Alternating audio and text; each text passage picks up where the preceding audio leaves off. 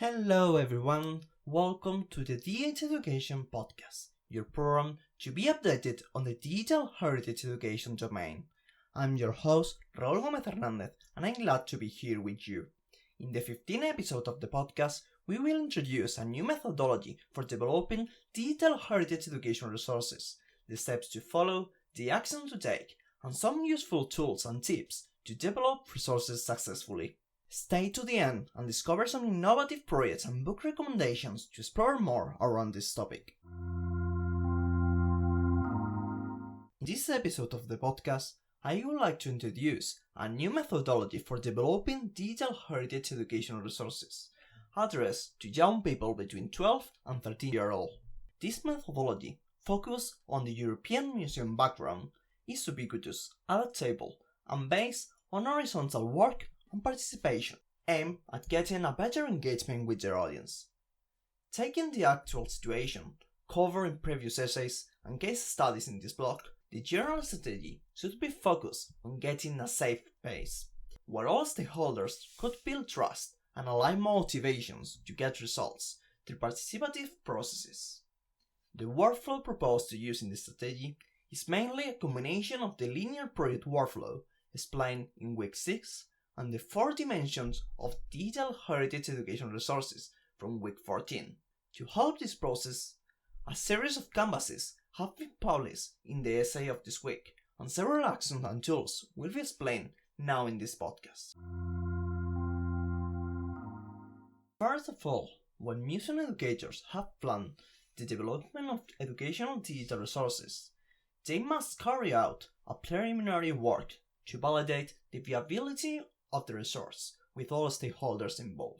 Taking this position, the workflow should be divided in 6 steps: idea generation and validation, design, development, testing, redevelopment and launch, and final impact evaluation.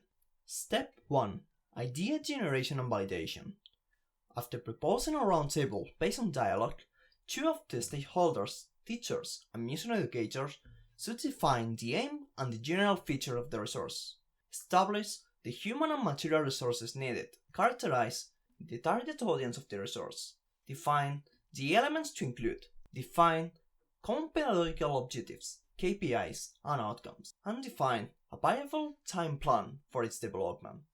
To carry out these actions, the use of various tools based on mutual collaboration and active participation of the agents is proposed, being some of these: use of avatars, empathy maps, and a gamified method to define the people involved, the roles they will perform, the necessary human resources, and the general characterization of the target audience. Use heat map of the resource of web pages to characterize the digital use of young people to know more about the target audience.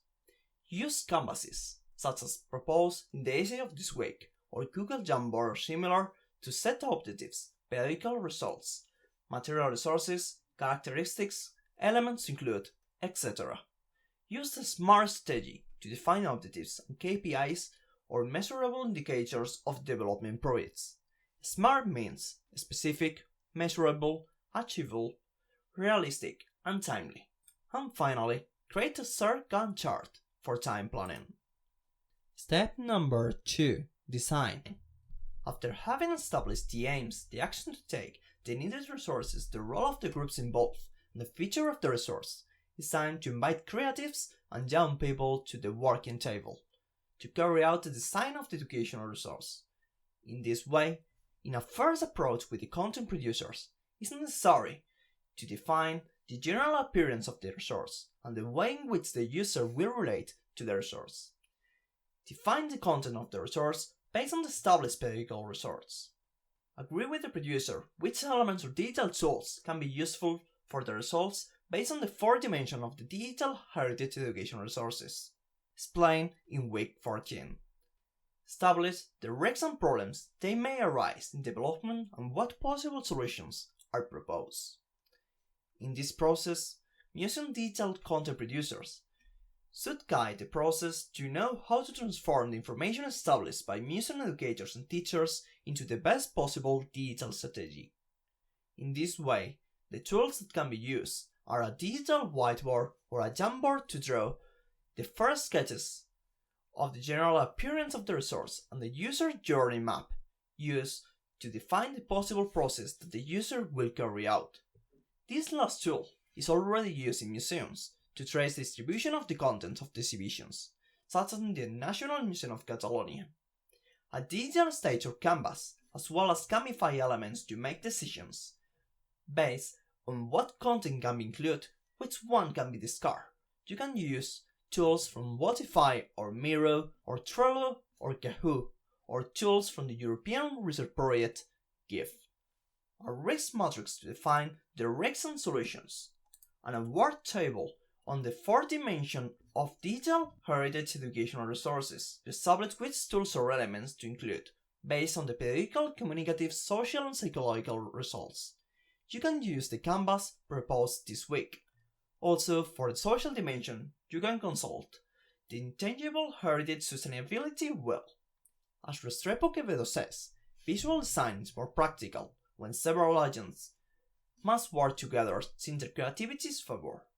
On the other hand, in the establishment of KPIs, it's essential that these indicators that are created answer a clear question.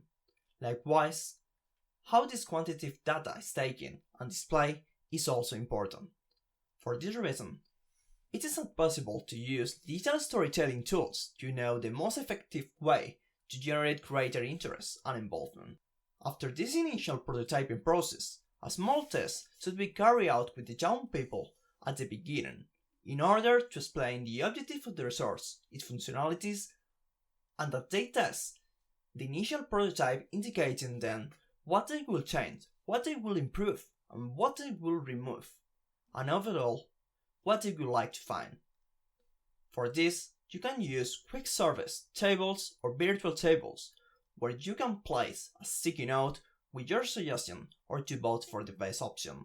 As Trillo says, proposals favoring the proximity and familiarity of the museum and the capacity for choice and participation in democratic processes for young people, thus being able to feel represented in decision making and in museum as a whole.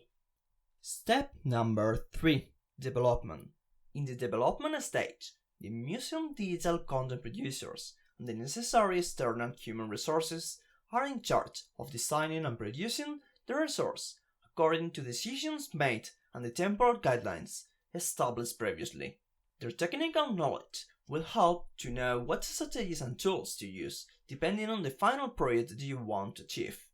In a ubiquitous resource, the possibility of making multi-platform resources is also useful, as well as the possibility of offering different views depending on the device used to achieve different results from different perspectives. In the development of any digital content, the Agile or Scrum work methodology is the most used, establishing sprints or short time frames to carry out different tasks, being able to test at the end of some of them.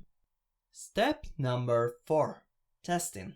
The final testing process is established once the resource is developed, and it's the moment after development when all agents have the opportunity to test the resource. Some actions that need to be established during the process are: design the communication campaign to attract the target audience to test the resource with them, design the variables and KPIs or measurable indicators for each of the aspects of the resource in order to evaluate effectiveness, design the way to receive feedback for all those who test the resource in a beta version. The tools needed for these actions include a digital whiteboard to visually establish the action of the communication stage that will be carried out and the measurable indicators according to the impact strategy followed.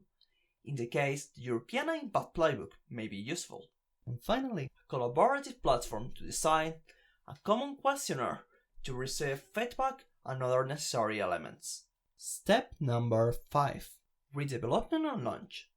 In this phase, the feedback is processed, ending the impact evaluation process carried out during the testing by implementing improvements. In this step, several actions must be defined among all the stakeholders.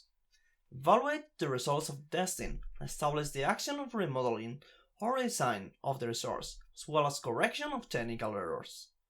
Establish tasks with the communication stage for the launch of the resource, as well as marketing and advertising strategy. To carry out these actions, tools similar to the previous stages will be needed, such as a digital whiteboard or a way of visual designing, as well as redesigning the resource, Scrum management methodologies for redevelopment, and a collaborative platform to redesign the communication plan and strategy, marketing, and advertising. Step number 6. Final impact evaluation. At this stage, the final impact evaluation of the resource is carried out to measure the commitment of the target audience to the resource, its ability to attract people to the museum digital service and physical places, and the level of satisfaction of all stakeholders. Therefore, designing an effective impact evaluation strategy is really important. This impact evaluation process involves thinking about how to measure this effect, narrate it, and learn from it to know how these actions affect society as a whole. To analyze it, it's necessary to follow a strategy as the European Impact Playbook that defines step by step the way in which it can be applied to collect the impact of digital heritage resources. Similarly, a cross-sectional impact analysis must involve the entire development process and not only at the end, since all stakeholders are involved from the beginning. Thus, it's necessary to evaluate any action in which they participate in the project. On the other hand, the effect of the project on stakeholders must be measured internally and externally. If the stakeholders are not committed to the project, it will not be viable. Therefore, commitment affects project results and project development equally. Through this process, not only stakeholders involved must be under control, but also the resource use, the activities carried out, and the short-term objectives and long-term results, in order to achieve the greatest impact before, during, and after the launch of digital heritage educational resource. If you would like to learn more about how to design ubiquitous learning environments applied to cultural heritage, I recommend you to read this week the paper titled A Theoretical Framework for Designing Smart and Ubiquitous Learning Environments for Outdoors Cultural Heritage, published in the number 46 of the Journal of Cultural Heritage, written by Lala Kavji, Sanas Falaker, and Ella Haik, from the University of Brighton, Portsmouth, and Baghdad in 2020.